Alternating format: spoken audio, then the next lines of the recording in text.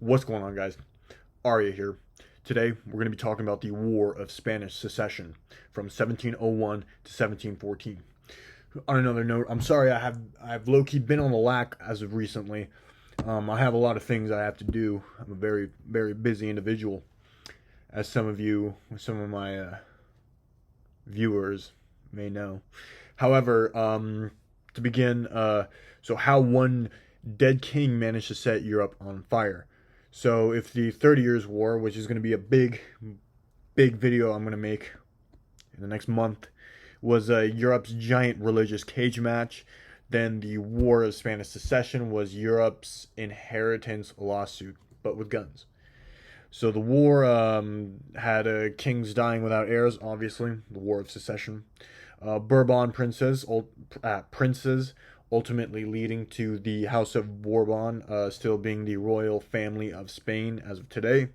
The Habsburg emperors, massive battles, huge global fighting, political intrigue, the expansion of the British naval power, and ultimately giving it the status it has today, the French military excellence, and financial exhaustion.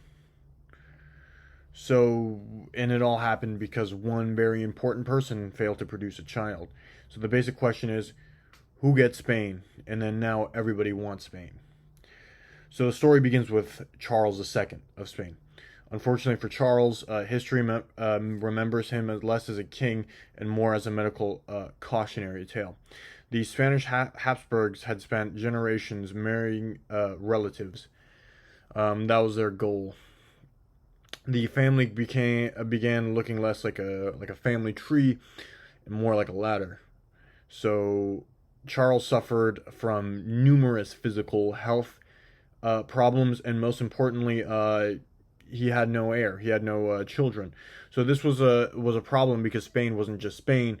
The Spanish Empire included, at the time, Spain, the Netherlands, the entirety of the whole Benelux region, Naples, Sicily, Milan, vast colonies in America, and even their colonies in the Philippines. So whoever inherited Spain would inherit one of the largest empires on the planet, on Earth. So Europe immediately started stressing. Europe watches nervously as two great dynasties dominated Europe. So the Bourbons, the ruling family of the French, led by the Sun King, famous Louis the 14th, the man who looked at France and thought, yes, this should all revolve around me. And then we have the Habsburgs, ruling Austria. They are the traditional rivals of France, and both families had claim to the Spanish throne, and none of them trusted each other for good reason.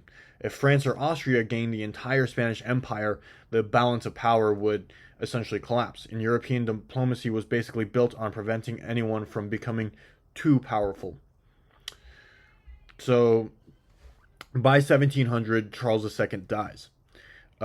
His will named Philip of Anjou, a grandson of the Sun King Louis the 14th, to become Philip V of Spain. So at first glance, this seems simple. Dead king, new king, case closed. Europe disagreed very violently. Uh, Everyone begins to panic. The fear wasn't that Philip would rule Spain. The fear was that Philip might eventually unite France and Spain under the Bourbon dynasty. So imagine combining one of the strongest kingdoms of Europe and one of the largest empires, essentially the largest empire at this time in the world. So other nations looked at this possibility and collectively said, this is absolutely not happening. We're not going to allow this. So a grand alliance, a coalition formed against France and Spain, and this became known as literally the Grand Alliance. Some of the major members included the Dutch Republic, the English, Austria, and various German states and principalities. Their goal becomes to prevent Bourbon from dominating all of the continent. So basically, we don't care who wins as long as Louis the 14th doesn't get everything. So Louis the 14th, at the beginning of the war, King Louis XIV seemed unstoppable. France had vast riches. They were very powerful, very populous, and they were militarily advanced. However, French armies were considered among the best in Europe, and many people assumed France would just eventually win. And history enjoys humiliating people who make such bold assumptions. So the war begins in 1701. Europe explodes into conflict.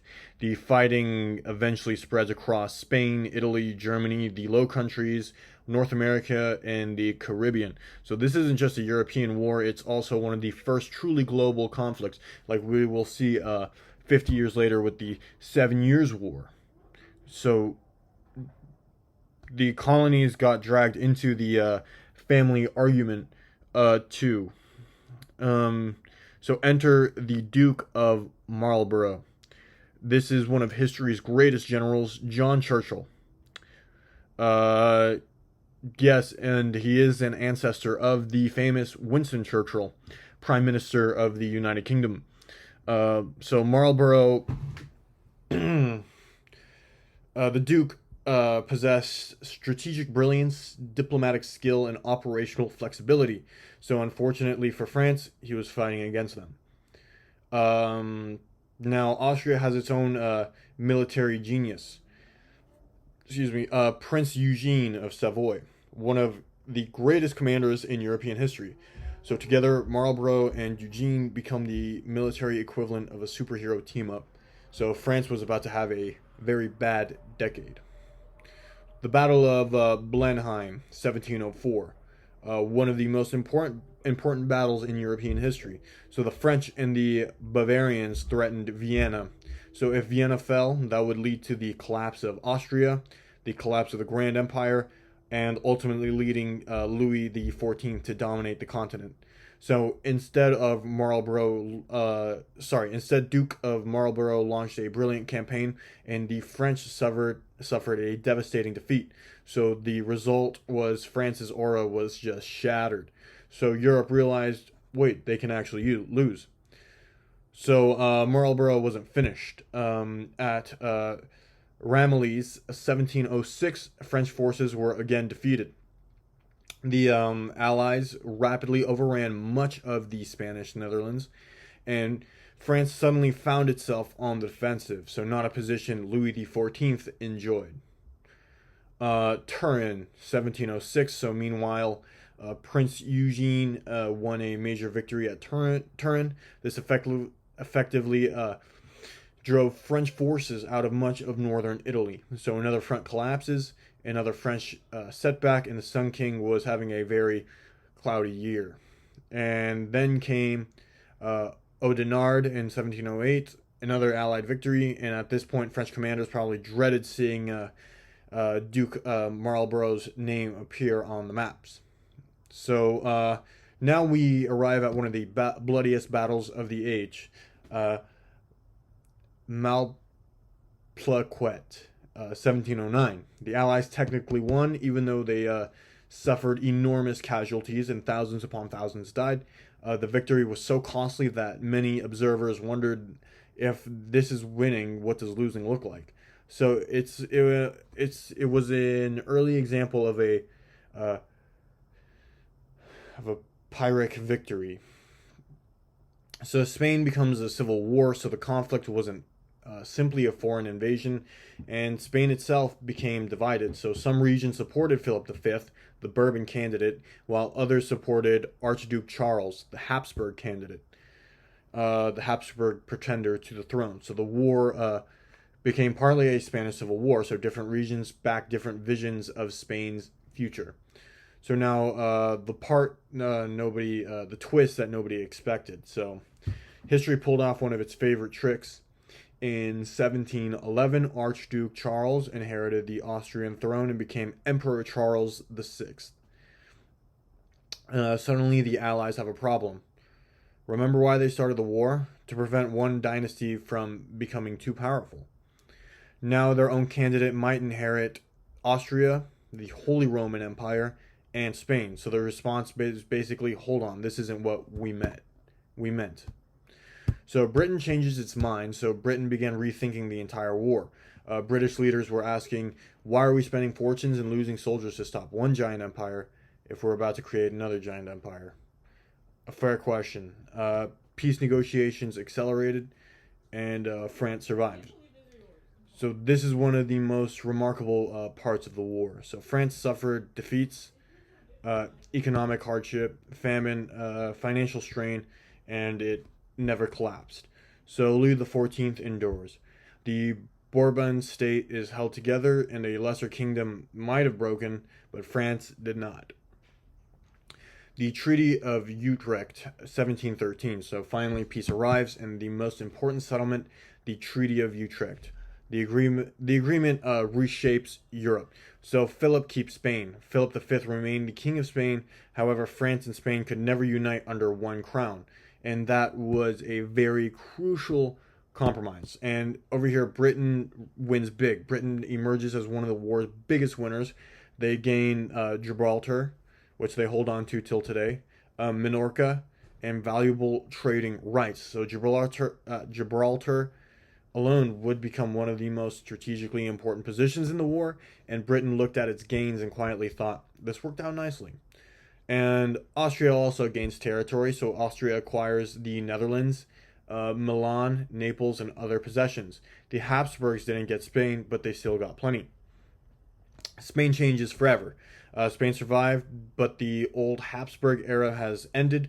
The new Bourbon dynasty began reforms that would gradually reshape the kingdom, and the Spain that emerged after 1714 was not the same Spain that entered the war. So, why the Allies won? Several factors stand out. Better coalition management. So the Allies often cooperated surprisingly well, not perfectly, but well enough to succeed. And obviously, the two elite commanders operating simultaneously in a dangerous combination, Marlborough and Eugene. France learned this repeatedly.